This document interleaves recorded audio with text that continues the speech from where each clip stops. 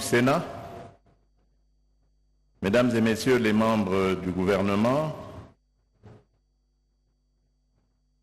Monsieur le ministre de l'économie de la République sœur d'Angola, Mesdames et Messieurs les ambassadeurs et représentants du corps diplomatique accrédité en République démocratique du Congo, honorable président de l'Assemblée provinciale du Haut-Katanga, Monsieur le gouverneur du Haut-Katanga, Mesdames et Messieurs les participants et panélistes, distingués invités, Mesdames et Messieurs, c'est avec une grande satisfaction et une immense fierté que je me tiens aujourd'hui devant vous, ici à Lubumbashi, pour ouvrir officiellement la 9e édition d'Expo Béton RDC. Ce rendez-vous devenu incontournable célèbre cette année un thème d'une pertinence remarquable, les corridors sud de la RDC SADC, projets à développer et opportunités d'affaires. Je tiens à saluer les organisateurs pour leur engagement à faire de cet événement un espace d'échange, de réflexion et d'innovation autour du développement de nos villes, de nos corridors et de nos zones économiques spéciales. Lubumbashi, ville emblématique et carrefour régional, est le lieu idéal pour abriter ces discussions dans ce cadre de l'Assemblée provinciale du Haut-Katanga, symbole de notre ambition de moderniser nos infrastructures et d'améliorer le cadre de vie de nos concitoyens. Mesdames et Messieurs, le développement de la République démocratique du Congo passe par un impératif, le désenclavement. Nos provinces, riches de leurs ressources humaines et naturelles, doivent être connectées les unes aux autres pour libérer leur plein potentiel. Les corridors sud, intégrés au réseau de la Communauté de développement de l'Afrique australe, la SADC, sont au cœur de cette vision. Ces corridors ne sont pas de simples axes de transport. Ils sont des artères vitales pour l'intégration économique et culturelle, reliant nos pôles économiques aux marchés régionaux et continentaux. Ils favorisent non seulement la circulation fluide des biens et des personnes, mais surtout la transformation locale de nos produits agricoles, miniers et industriels, ainsi que leur acheminement vers des destinations comme les ports de l'Atlantique et de l'océan Indien. Ils attirent des investissements, stimulent la création d'emplois et ouvrent la voie à une gouvernance moderne au service de nos populations. Un exemple concret de cette ambition est le corridor de Lobito, dont j'ai soutenu la mise en œuvre avec conviction. Ce projet, fruit d'une coopération exemplaire entre la République démocratique du Congo, la Zambie et l'Angola, avec le soutien de partenaires internationaux, ambitionne de construire 1739 km de voies ferrées, dont 427 km sur notre territoire, interconnectés à un réseau routier régional. Lors du sommet sur le corridor de Lobito, en présence des chefs d'État de nos 3 pays et de l'ancien président des États-Unis, j'ai rappelé que ce projet dépasse la simple logistique. Il s'agit d'une opportunité unique pour renforcer l'intégration régionale en fluidifiant les échanges commerciaux, pour stimuler la transformation économique en valorisant nos ressources minières et agricoles, et pour améliorer les conditions de vie en développant des infrastructures modernes et des services de proximité. Le corridor de Lobito est une promesse d'avenir pour nos entrepreneurs, nos agriculteurs et notre jeunesse qui y trouveront des opportunités d'innovation et de croissance. Pour concrétiser ces ambitions, le partenariat public-privé, le PPP, est un levier stratégique. l'État congolais a mis en place des cadres favorables pour encourager l'investissement privé, national et international, dans la construction et la modernisation des infrastructures.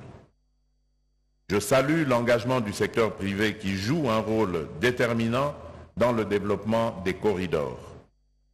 Pour amplifier cet élan, j'encourage la création de banques d'investissement spécialisées pour financer les projets d'infrastructure et garantir leur viabilité, la mobilisation des partenaires bilatéraux et multilatéraux pour accompagner nos efforts, l'implication des gouvernements provinciaux pour assurer une coordination harmonieuse et un développement inclusif.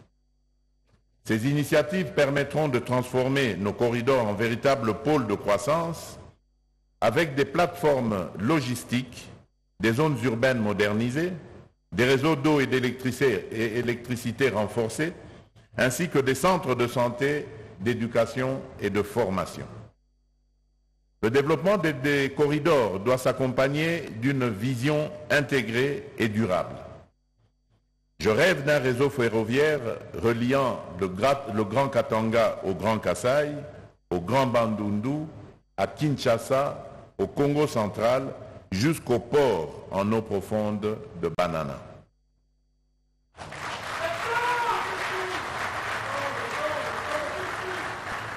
Cette colonne vertébrale sud-ouest est une priorité pour notre pays car elle renforcera la connectivité interne et ouvrira de nouvelles perspectives économiques. Afin de garantir l'efficacité et un suivi rigoureux de ces initiatives, j'instruis le gouvernement, sous l'autorité de Madame la Première ministre et en étroite collaboration avec mon cabinet, de constituer un groupe de travail dédié à la coordination et au suivi des activités liées au corridor. Mais au-delà des infrastructures, nous devons veiller à un développement harmonieux. Les corridors doivent être accompagnés d'un urbanisme maîtrisé avec des zones résidentielles, commerciales et des services publics de qualité, de petites et moyennes entreprises et petites et moyennes industries pour booster l'économie locale et créer des emplois, d'une exploitation responsable de nos ressources, notamment dans les secteurs miniers et agricoles, pour garantir une chaîne de valeur profitable à nos communautés. Mesdames et messieurs, Expo Béton RDC, à l'image d'autres grandes initiatives, constitue une plateforme importante pour repenser notre avenir. Les échanges qui s'y tiendront sur des enjeux majeurs tels que la structuration de l'exploitation minière artisanale, la valorisation de l'agriculture familiale, ainsi que l'implication active de la jeunesse et du monde scientifique, alimenteront directement la formulation de nos politiques publiques. Je m'engage personnellement à examiner les recommandations issues de cette 9e édition et à intégrer les plus pertinentes dans nos réformes sectorielles. Le Haut-Katanga, par sa dynamique économique et sa position stratégique, est à l'avant-garde de notre marche vers le progrès. Avec des infrastructures modernisées et des corridors performants, sa croissance est irréversible et celle de l'ensemble de la République démocratique du Congo le sera tout autant. Ensemble, transformons les corridors sud de la RDC SADC en opportunités concrètes pour nos entreprises, nos communautés et notre jeunesse. Que cette 9e édition d'Expo Béton soit un catalyseur d'idées et d'actions pour bâtir une République démocratique du Congo plus connectée, plus prospère et plus unie. Sur ce, je déclare officiellement ouverte la 9e édition d'Expo Béton RDC 2025. Que Dieu bénisse la République démocratique du Congo et son peuple. Je vous remercie.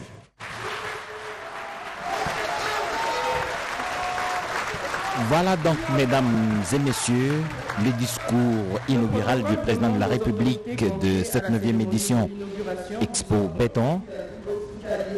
De bien vouloir précéder le chef de l'État et de ne pas assister à la visite de stand. Nous prions l'assistance de bien vouloir se tenir debout pour saluer la sortie du chef de l'État. Voilà donc, le président de la République vient de terminer en ouvrant officiellement cette 9e édition Expo Béton à Lubumbashi. Il a résumé en fait les recommandations qui seront les plus pertinentes pour en faire partie des politiques publiques de la République démocratique du Congo. C'est un engagement du président. Il a salué le partenariat public-privé qui est en cours parce que la réussite des infrastructures à tous les niveaux, qu'elles soient des infrastructures routières, ferroviaires, la construction de nouvelles villes, tout cela ne peut avoir son sens que si le partenariat public-privé est promu. En résumé, le discours du président de la République rencontre en fait les attentes de cette 9e édition selon le discours du président ou du promoteur de Expo Béton.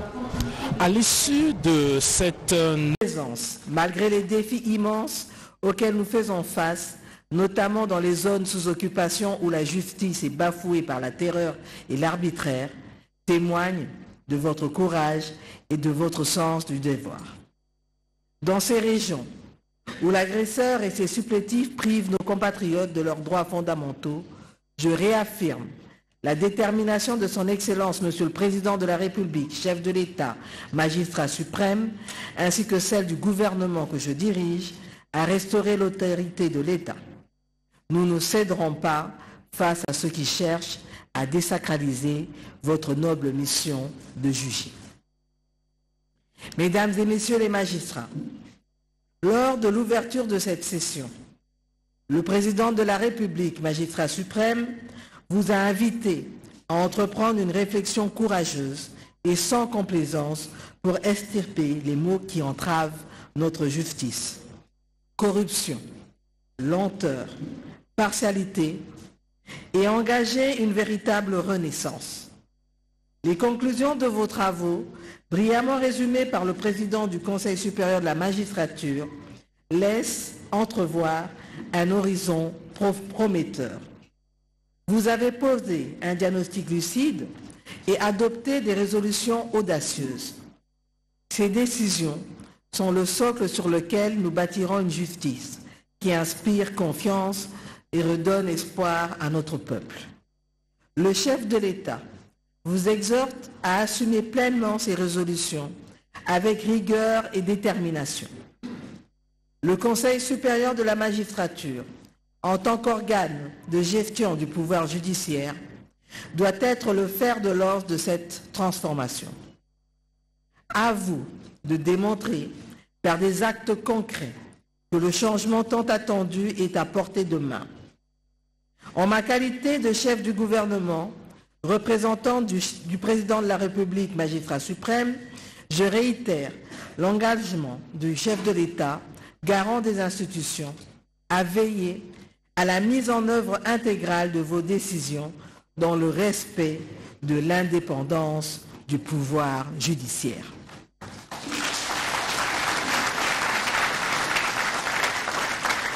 Nous honorerons ainsi la responsabilité collective que nous portons devant l'histoire. Le chemin de la refondation exige une collaboration étroite entre toutes les institutions. À cet effet, le gouvernement soutiendra activement la mise en œuvre de vos résolutions. Cela inclut le financement de la formation des nouveaux magistrats, la prise en charge des frais de mutation et de titularisation, ainsi que le bon fonctionnement des chambres disciplinaires. Ces mesures sont essentielles pour doter notre justice des moyens nécessaires à son renouveau. Il est aussi impérieux de revitaliser le cadre de concertation entre le gouvernement et le Conseil supérieur de la magistrature.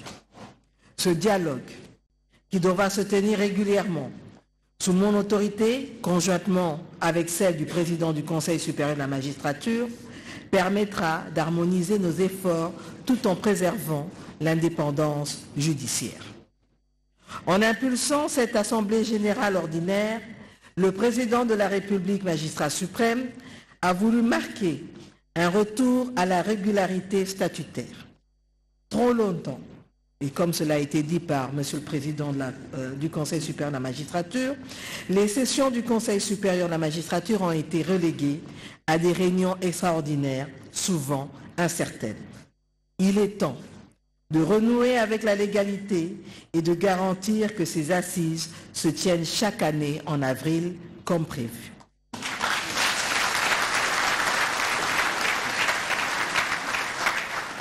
Une justice forte repose sur des institutions qui fonctionnent avec constance et régularité, au même titre que les autres pouvoirs de l'État. Mesdames et messieurs,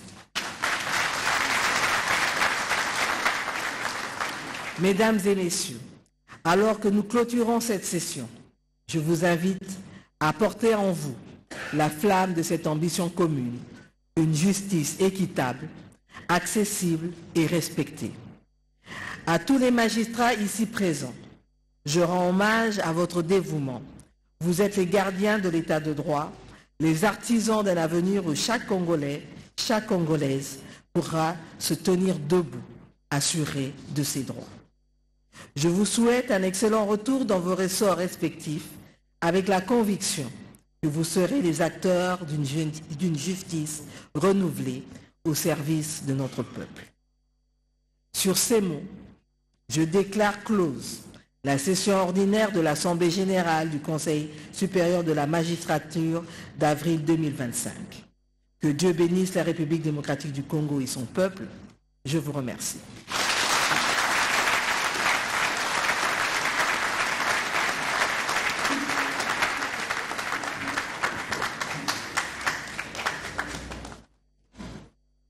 Merci, Excellence, Madame la Première ministre. Excellences, Mesdames et Messieurs, cette cérémonie est à présent terminée.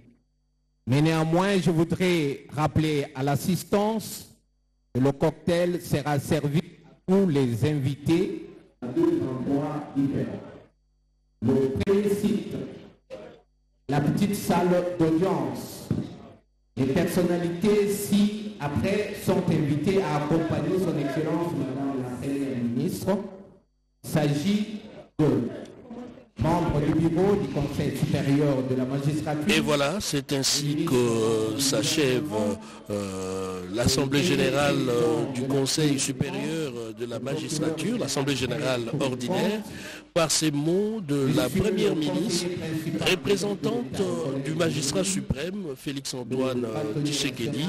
La Première ministre a promis l'accompagnement du gouvernement de la République dans la mise en œuvre des différentes résolutions et il a appelé également